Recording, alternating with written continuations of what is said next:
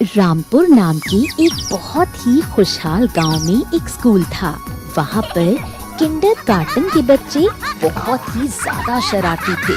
बच्चे होने के कारण उनका सारा ध्यान खेल कूद में लगा रहता था और उन्हें पढ़ाई में बिल्कुल भी रुचि नहीं थी। एक दिन उनकी क्लास में उनकी टीचर आई और उन्हें इंग्लिश में अल्फाबेट पढ़ाने लगी।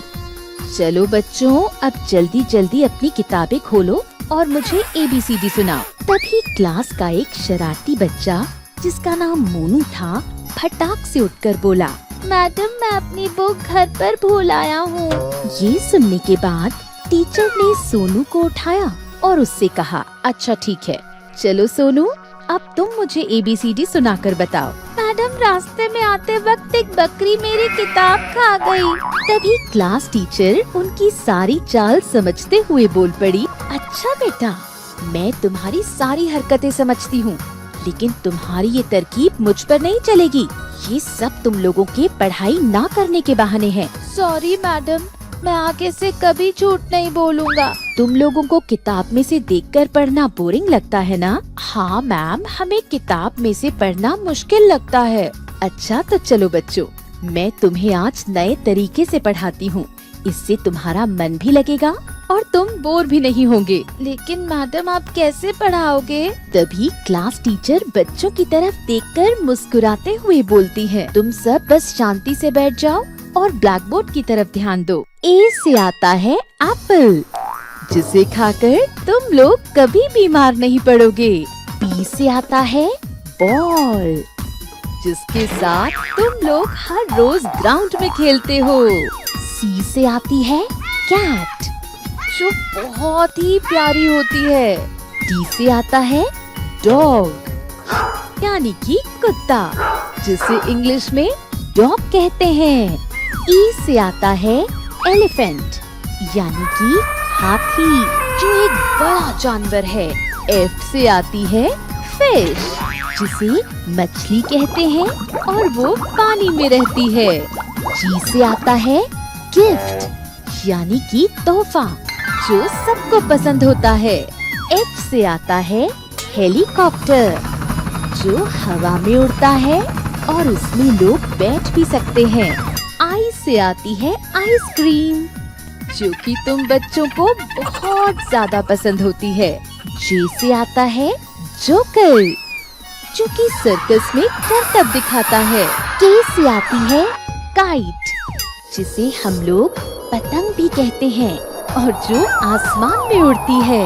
एल से आता है लैम्प, जिसे हम लोग स्टडी टेबल पर रखते हैं और उसकी रोशनी में हम पढ़ाई कर सकते हैं। एन से आता है मंकी, जिसे हम बंदर कहते हैं। एन से आता है नेस्ट, जिसे हम लोग चिड़िया का घोंसला भी कहते हैं। ओ से आता है ऑरेंज, यानी कि संतरा, जिसे हम लोग बड़े प्यार से खाते हैं। पी से आता है पैरेट, यानी कि तोता। क्यू से आती है क्वीन, यानी कि रानी। आर से आता है रैबिट, यानी कि खरगोश। एस से आता है सन, यानी कि सूरज। टी से आता है ट्री, मतलब पेड़, जो कि पर्यावरण के लिए बहुत जरूरी है।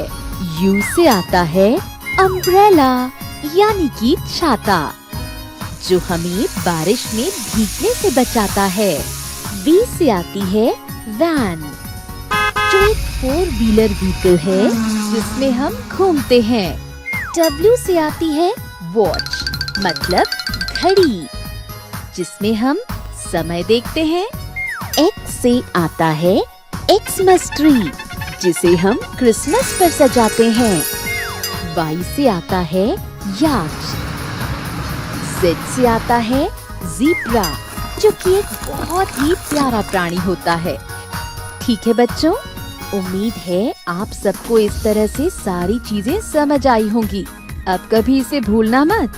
तभी स्वाति नाम की एक लड़की उठकर बोली, मैडम इस तरह से अल्फाबेट सीखना तो बहुत ही आसान है। असल जिंदगी में चीजों के साथ जोड़कर ABCD सीखना बहुत ही ज्यादा आसान है और हम इसे कभी नहीं भूलेंगे। हाँ मैडम, बिना किताब खोले इस तरीके से ABCD सीखना बहुत आसान है और इससे हम बोर भी नहीं होते। पढ़ाई को अगर मजेदार तरीके से सीखोगे तो पढ़ाई बहुत आसान लगने लगती है ना बच्चों?